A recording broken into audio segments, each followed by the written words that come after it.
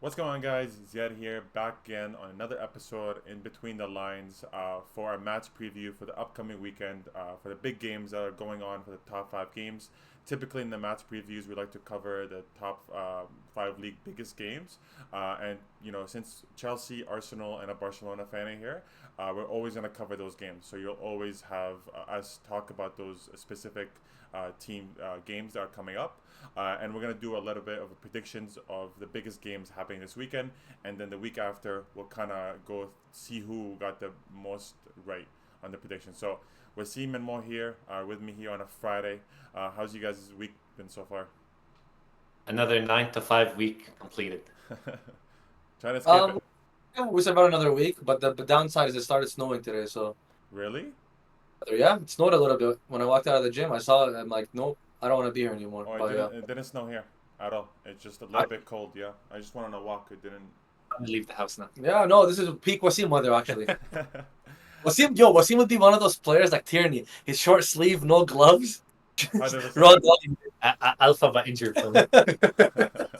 But you're getting paid. That's all that matters if you're getting to your point. But Okay, um, you saw a clip of me shoveling snow outside in a short. exactly. Maybe I'll put it in the podcast I think you should. next episode to show you guys what kind of freak Wasim is. This was like 4 years ago. We all lived together in the house, but that's a different story for a different time.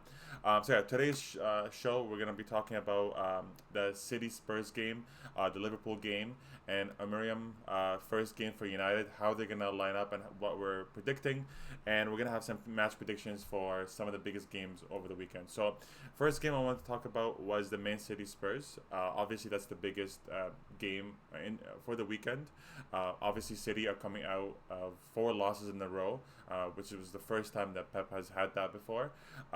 What's you guys' prediction? Do you guys think that City will lose five? I don't see it. I see City winning this, but I see this being a high-scoring game. To be honest, it's always been like that with City and Spurs. So, what's your guys' prediction?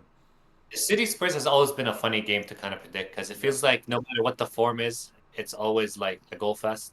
Mm. Uh, I think both teams going to be interesting because honestly, I think City is going to be motivated also with like the Pep news of like signing the new contract, Yeah. and of course they're going to be desperate to break like the losing streak.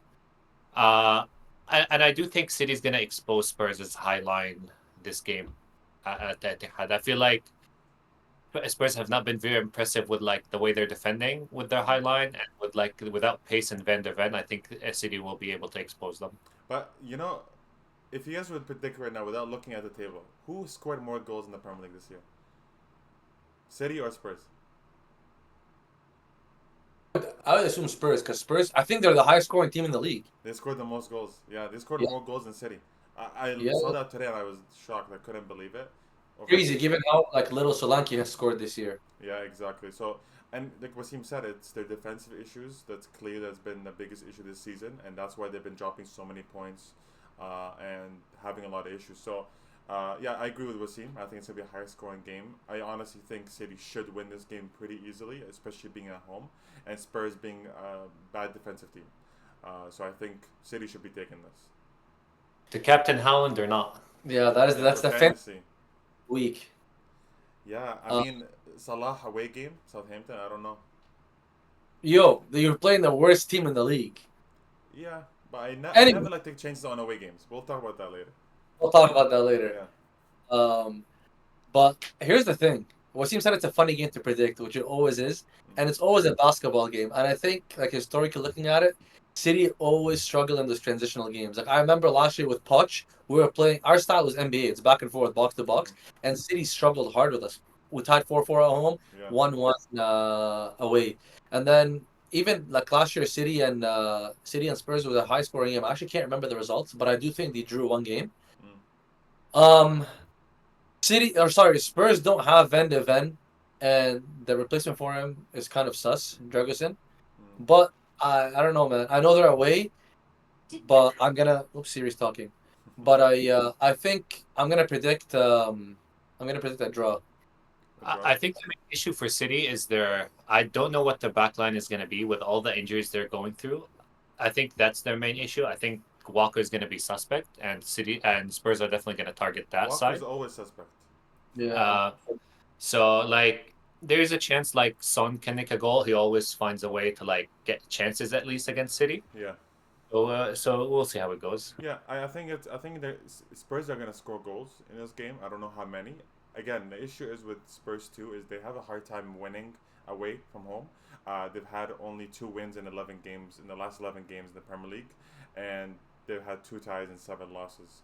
So it's kind of concerning. So I have a prediction for a win. We can cover what our prediction actually is in the prediction segment. But I see a high scoring game for City and they're winning it. I just don't see them dropping points after these, um, all the games they've dropped points in. I think, especially like Wasim said with Pep Guardiola's news, I think it gives you a little bit of fire to kind of perform. Um, Kind of gives you more clear vision of the future. So you're like, okay, you know what, we can win this game and we can go on to win the title, maybe, just because Pep is staying. And I think there's a little bit of motivation there too. International break came at a right time for a lot of teams, to be honest, and I think it came for a good time for like City as a Yeah, whole, yeah, just to get some players to recover, just get some momentum again, and we'll see. But you know what? Like I understand when people say that about international break coming at the right time or a wrong time for a team, like during their momentum. But at the same time, I'm like, when you look, I think international break helps teams lower in the league because they don't have that many call-ups internationally, or they don't have that many international players. So you can sit on the training ground for 2 weeks or a week if you have some days off to work on what you need to work on. But a team like City, like any big team, I feel like you have so many call-ups.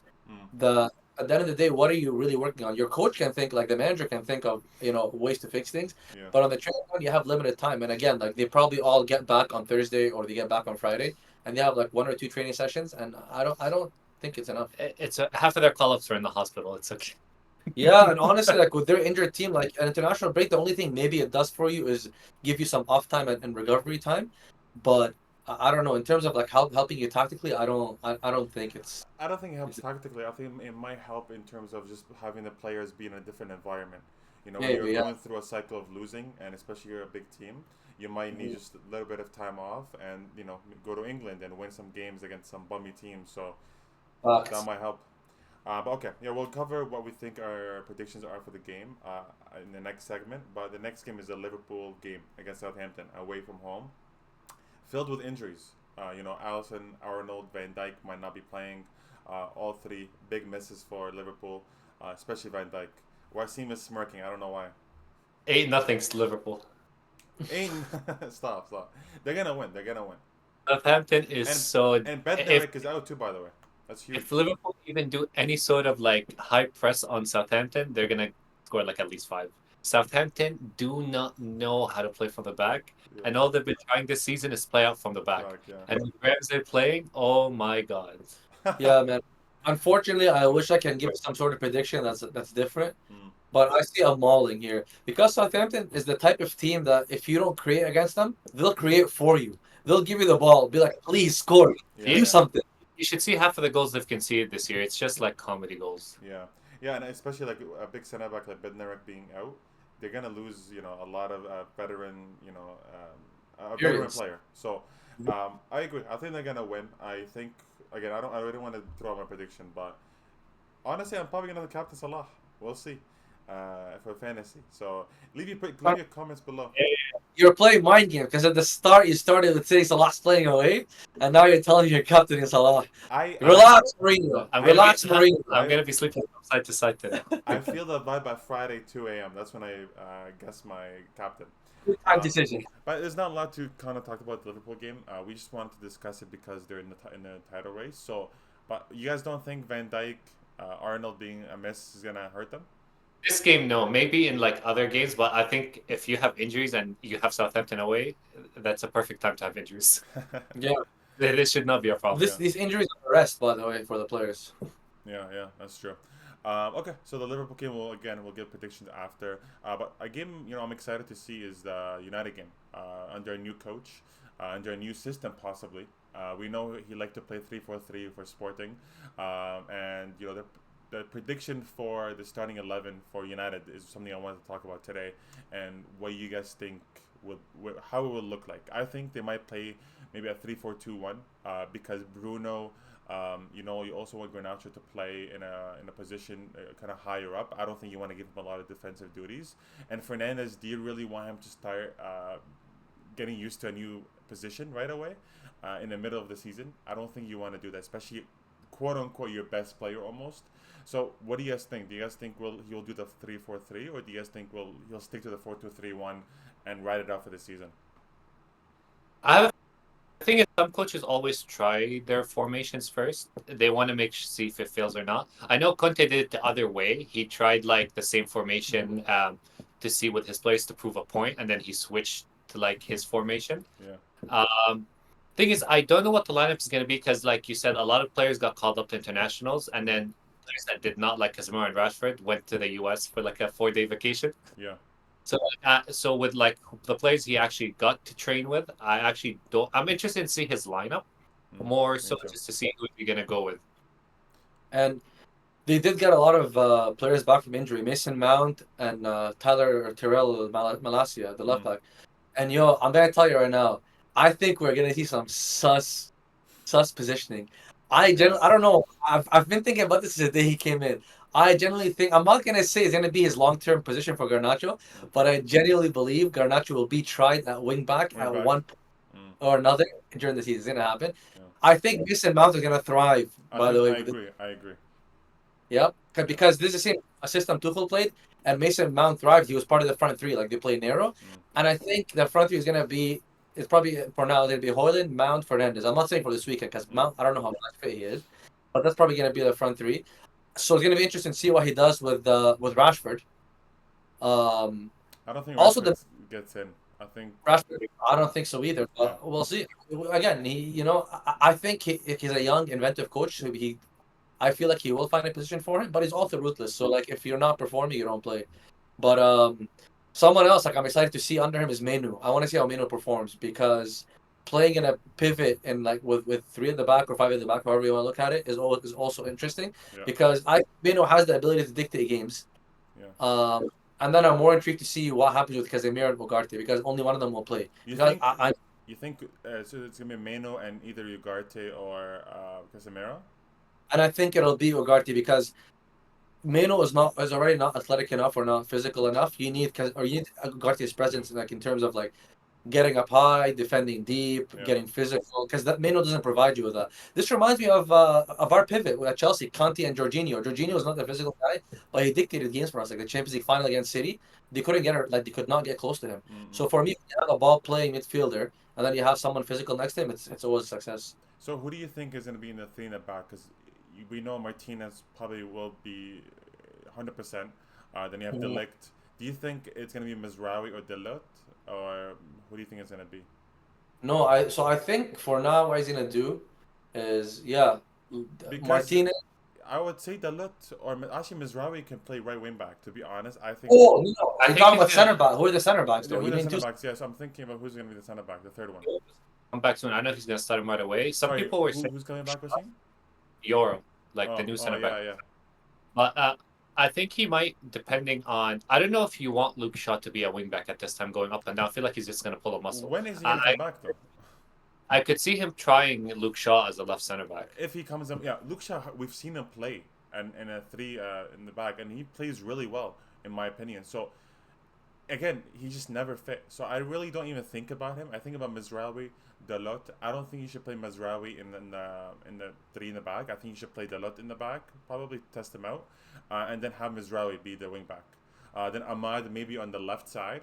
But Ahmad is so good attackingly, and also like. But again, Ahmad's gonna provide you with an up and down stamina, physicality, intensity for 90 minutes. He won't. Mazraoui. The thing is, Mazraoui, although he's not pacey and all that, man, he's good on the ball and he's solid defensive. And he's technically good, so like he can help you in the final third. But I don't know. I think one of his like wing backs is going to be given a more defensive role, and one is going to be given more like license to go up. And I think it's going to be Dalot and Mazraoui, and then back 3 of Martinez, De Ligt, and probably Johnny Evans for now. And then when Lenny Euro comes back, it's going to be Euro. Johnny Evans. 2020 still starting games. You know what, man? I don't even know why they bought him. They gave him a new contract too, I think. Yeah, I think Dalot will play probably in the back, to be honest. Mizraoui is another shout that could possibly go there. I do want Ahmad to start. Thing is, like, I still think Garnacho is a little bit better still, even though he does some brain dead like decisions. He's still the better player probably. But it's not. He's just more experienced. He's Yeah. not. He's not technically like maybe decision making because of the game time he's played in the first team. Yeah, and Ahmad deserves some call up. So I think Bruno. I think they probably play 3-4-2-1. Let Bruno roam a lot more high in the two, the two attacking midfielders, and try that out.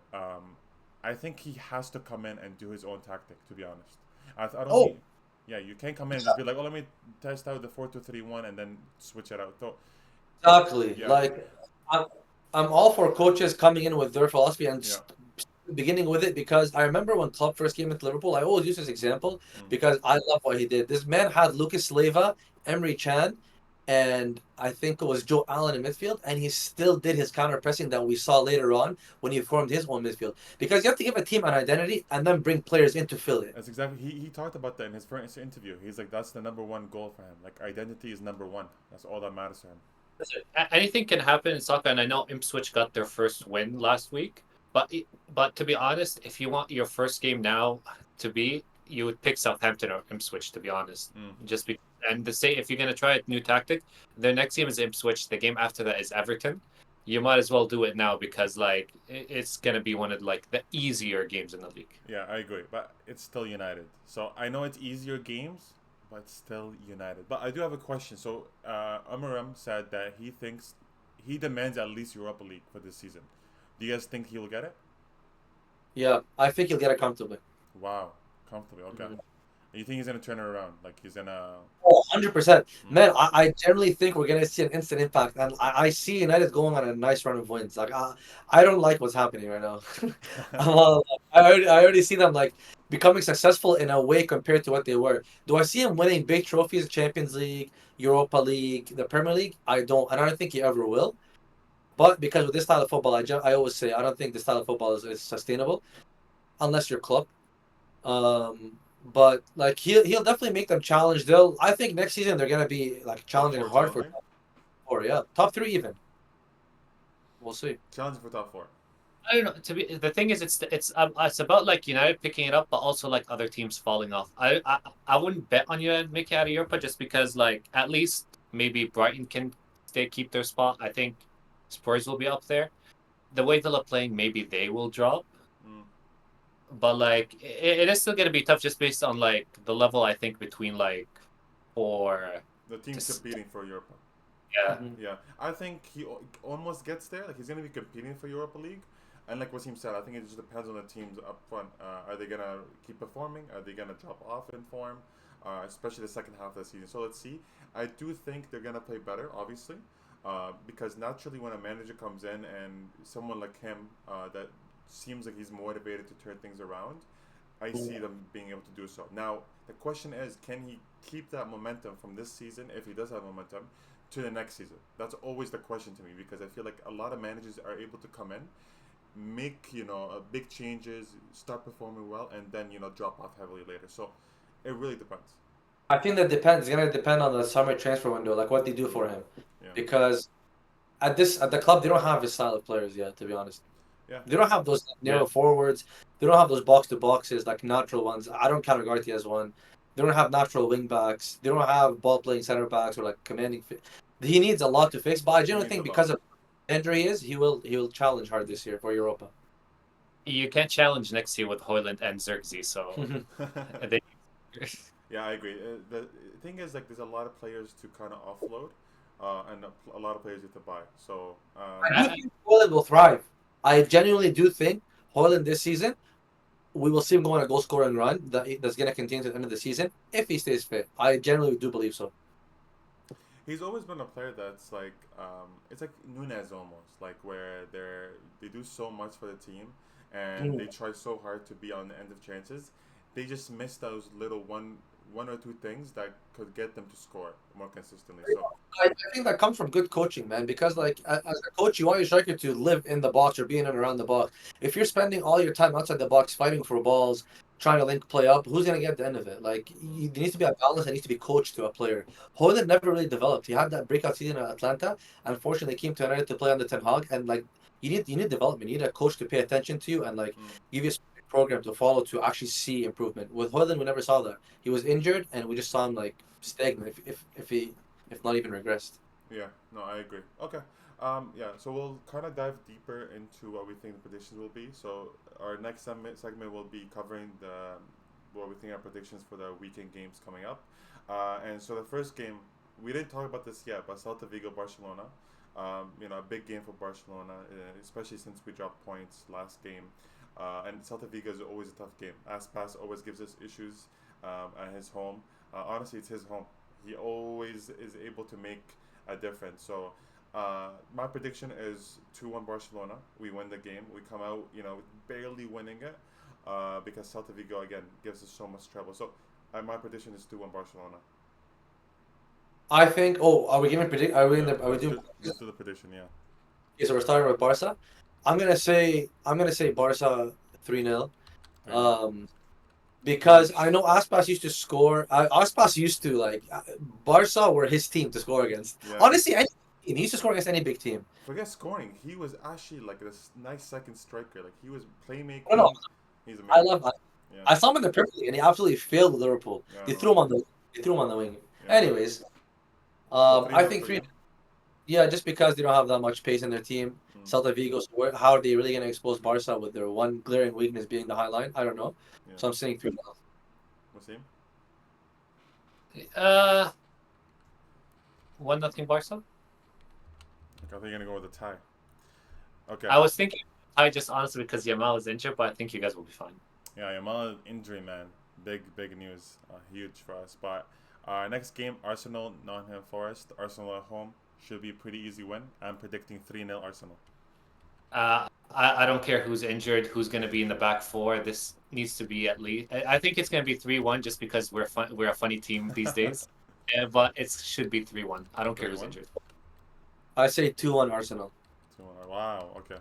Tough game. Next game, Leicester Chelsea. I'm gonna go with honestly, just because Leicester just leaks goals. Chelsea every now and then concede goals, but I think it's gonna be 4-2 Chelsea. Yeah, we're pretty close. I'm saying 3-2 Chelsea. 3-2 Chelsea. Okay, and I'm saying 2-2. Yo, Yeah. take that hate cap off. I'm not hating. Just give me your prediction. Zeiad, we can do a segment where what we want to happen, and then we can do predictions. Yeah, he doesn't want to win. He doesn't want to win. We'll see. City Spurs. You know, if that 2-2 hits, it's gonna be a dope rush for him. Oh, I can't wait for next episode. I'm saying Man City Spurs. I say 4-2 City. Oh wow. Wassim? I say okay. Wassim go. 3-2 City. Give me the Holland hat trick. I need it. Mo? I'm saying 2-2. 2-2. Holy. Okay, you said tie before. That's true. What about Southampton Liverpool? 6-0. Really?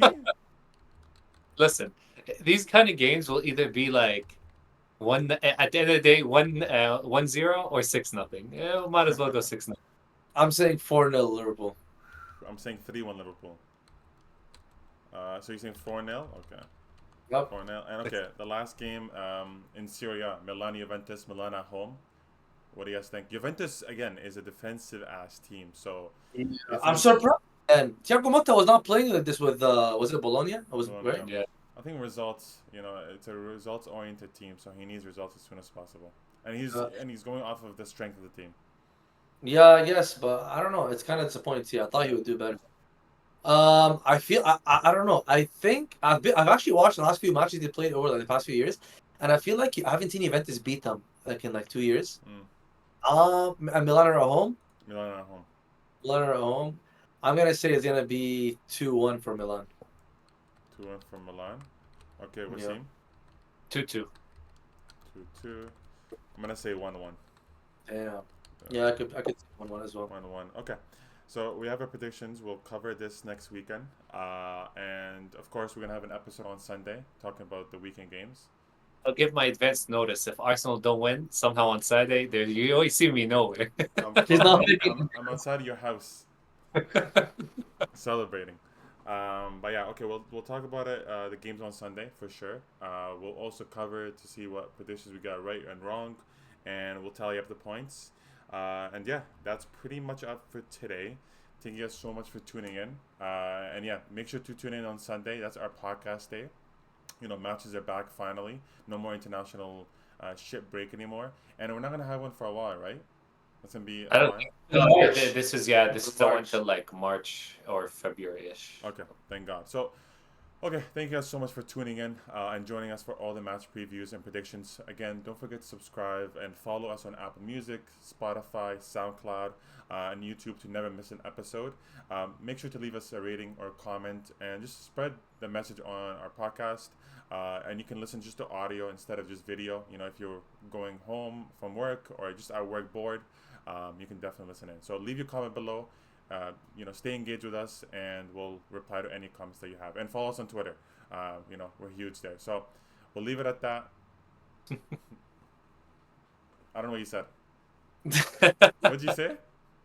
It's called X. X. Fuck that. I'm not calling it X. I'm calling it Twitter forever. Fuck There goes Elon the money. Musk. Okay, guys. Thank you guys so much, and yeah, peace. Peace.